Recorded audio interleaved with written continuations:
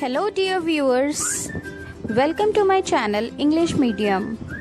This is Suchitra, your friend, facilitator and guide. Today we are going to read and comprehend the poem A Photograph written by Shirley Tolson, which is the first poem of your main textbook Hornbill. In this video, we will go through the textual explanation and then we'll also see the poetic devices which are used in this poem. But before we begin the text, if you have not yet subscribed my channel, please do it right now and press the bell icon for the notification of my latest videos. So let us begin the poem now. The cardboard shows me how it was when the two girl cousins went paddling, each one holding one of my mother's hands, and she, the big girl, some 12 years or so. So in the beginning of the poem, the poet is describing a photograph which is framed in a cardboard frame. In that photograph, three girls can be seen. Out of those three, the one at the center is the eldest. She is around 12 years old and she is the mother of the poet. She is holding the hands of her two younger cousins. The girls who are with her mother are her cousins. They have gone for paddling at the beach. Paddling means walk, or you can say here a beach holiday. So the three cousin sisters have gone for a beach holiday and they are enjoying, and that moment has been captured in this photograph. All three stood still to smile through their hair at the uncle with the camera. A sweet face, my mother's. That was before I was born. And the sea, which appears to have changed less, washed away their terribly transient feet. So, here the poet says how that photograph was captured. They were accompanied by the poet's uncle who had taken that photograph. All the three girls are standing still and they are smiling. And as the wind is blowing, some strands of their hair are falling on their faces, making them more attractive and beautiful. The poet cannot stop herself admiring her mother, who looks sweet in that photographs as she was smiling with the hair falling on her face. Then she says that it was long back before her birth. But now, by the passage of time, the sea has not changed much. Means she doesn't find or observe any change in the sea in so many years. But the footprints of her mother and her cousins, which laid on the beach, are now washed away by the sea. So the transient feet here means temporary or short termed. Here we can say that the poet has also given a silent message that her mother is now no more, and here she also compares the immortal life of the sea and the mortal life of human beings. Some 20-30 years later, she would laugh at the snapshot. "See Betty and Dolly," she would say, "and look how they dressed us for the beach." The sea holiday was her past. Mine is her laughter. Both ray with the labored ease of loss.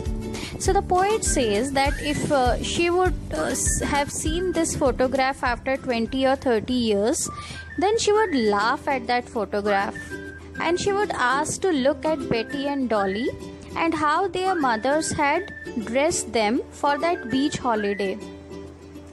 Then the poet says that that beach holiday was the most memorable and most auspicious memory of her mother. And for the poet, her mother's laughter is the most auspicious memory. And unfortunately, both have lost their most precious memory of their life now. Ray means disappointing. So the poet says that it is really disappointing that both means the poet and her mother have lost their most precious moment or their most precious memory now. The phrase labored ease means the loss, means it was labored or it was difficult for both of them to accept and cope with that loss.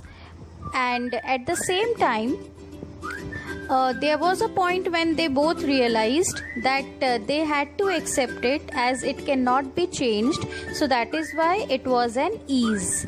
So both the poet and her mother were trying to accept the reality or the loss that they had in their life, though it was quite difficult for both of them.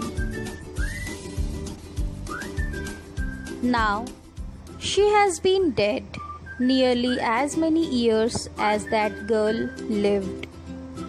And of this circumstance, there is nothing to say at all. It's silences.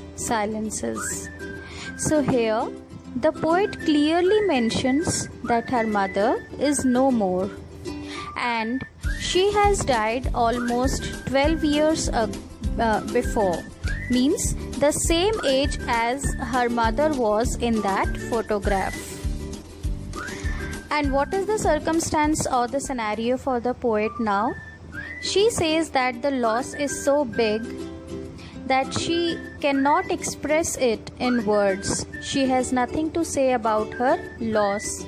And what remains in her life is silence and only silence. So it's silences. Here it's silence means the death of her mother, and silences means more silence, and rather only silence that now prevails in her life. So the poet wants to say that the death of her mother has brought only silence in her life, and she cannot express her grief in words. So in this way, the poet ends the poem on a sad note, expressing her feelings at the loss of her mother. Now let us go through the poetic devices which are used in this poem. We will start with alliteration. Alliteration is the repetition of the consonant sound in a series of words in a line. The consonant sound can be either in the beginning or anywhere in the middle of the word as well. So there are three examples of alliteration in the poem. The first one is, all three stood still to smile through their hair. The second example is, washed their terribly transient feet. I hope you are understanding the consonant sounds which are repeating here. Here it is a repetition of t sound. And the last example is, it's silences, which is a repetition of s sound.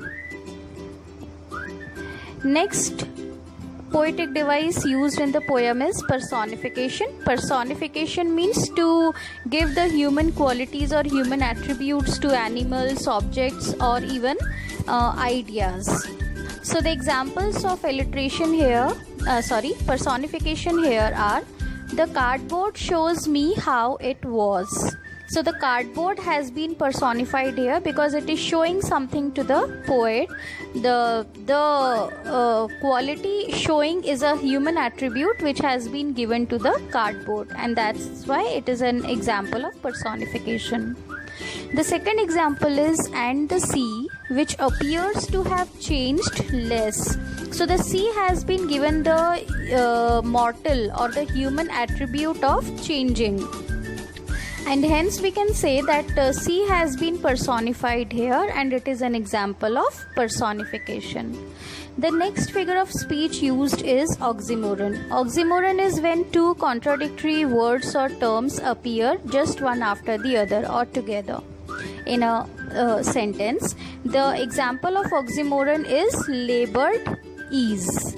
Okay, so it was labored means difficult, as well as ease means without any difficulty or without any efforts. So the two words with contradictory meaning are used here together, one after the other, and that's why here it is the example of oxymoron. So students, this is all from this poem. If you like this video, please share and like it. At the same time, subscribe my channel. See you. Take care.